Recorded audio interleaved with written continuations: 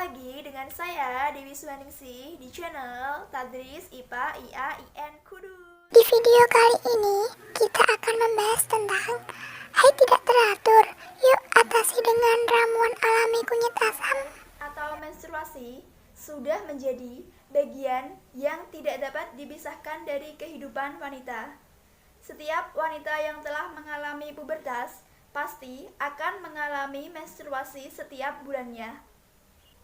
Menstruasi merupakan suatu keadaan keluarnya darah, cairan jaringan, lendir, dan sel-sel epitel yang menyusun dinding rahim. Nah, apabila seorang perempuan mengalami menstruasi, maka akan mengeluarkan darah melalui organ vitalnya. Nah, siklus menstruasi ini akan terjadi apabila sel telur yang dihasilkan oleh ovarium tidak dibuahi oleh sperma. Umumnya, siklus menstruasi ini berlangsung setiap 21 sampai 35 hari dengan lama waktu keluarnya pendarahan sekitar 2 sampai 7 hari. Proses menstruasi ini ada 4 fase. Yang pertama ada fase mens atau pendarahan, yang kedua ada fase folikuler, yang ketiga ada fase ovulasi, dan yang keempat ada fase luteal. Oke, dari keempat fase tadi saya akan bahas satu persatu ya. Oke, yang pertama ini ada fase mens atau pendarahan. Fase ini terjadi sekitar 2 sampai 7 hari. Jadi, dihitung dari hari pertama hingga hari ke-7 ketika Anda mens. Oke, saya beri contoh ya. Sebut saja dia Ani. Ani ini adalah seorang wanita. Anggap saja dia mulai menstruasi pada tanggal 1 Juli dan berhenti bersih pada tanggal 7 Juli. Inilah yang disebut dengan fase mens atau pendarahan.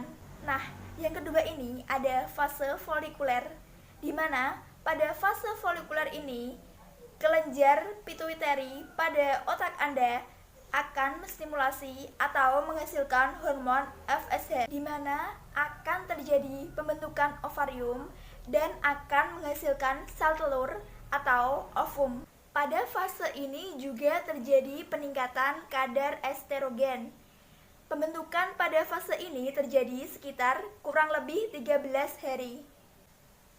Yang ketiga ada fase ovulasi. Fase ovulasi ini terjadi pada hari ke-13 dan hari ke-14 pada siklus menstruasi. Pada fase ini, induk ovarium yang memproduksi sel telur akan masuk ke tuba Fallopi.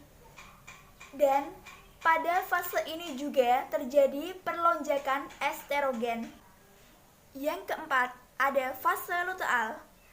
Pada fase luteal ini terjadi pada hari ke-15 sampai 28, di mana pada fase ini kadar estrogen mulai menurun.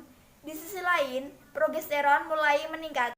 Namun, perlu kalian ketahui ya, kalau tidak semua siklus haid wanita berjalan normal sesuai dengan pola menstrual setiap bulan. Haid dapat dikatakan tidak lancar apabila seorang wanita mengalami haid pada siklus yang lebih panjang atau bahkan yang lebih pendek dari siklus normal. Haid juga dapat dikatakan tidak lancar apabila seorang wanita memiliki jarak antara siklus haid yang tidak dapat diprediksi. Ternyata, haid yang tidak lancar ini dapat diakibatkan oleh beberapa kondisi loh. Mulai dari pengaruh penggunaan obat-obatan tertentu, kebanyakan olahraga, hingga stres. Nah, dari beberapa kondisi ini ternyata dapat mengubah hormon estrogen dan progesteron sehingga jadwal menstruasi bisa terpengaruh. Kira-kira bagaimana sih penanganan yang tepat? Terdapat banyak pilihan bagi wanita dengan siklus haid yang tidak teratur. Salah satunya adalah dengan minum jamu. Jamu kunyit asam. Jamu kunyit asam merupakan jenis jamu yang sudah familiar dan banyak digemari terutama oleh kaum hawa. Jamu kunyit asam merupakan perpaduan dari kunyit dan asam jawa. Kunyit dan asam jawa memang menyimpan banyak manfaat untuk tubuh kita, sehingga manfaatnya bisa dirasakan oleh siapa saja yang mengonsumsinya.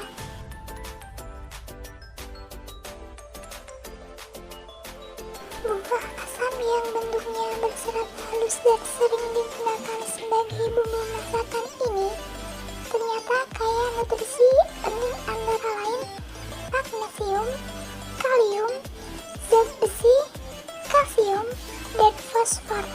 Buah asam ini juga kaya vitamin B1, B2, dan B3.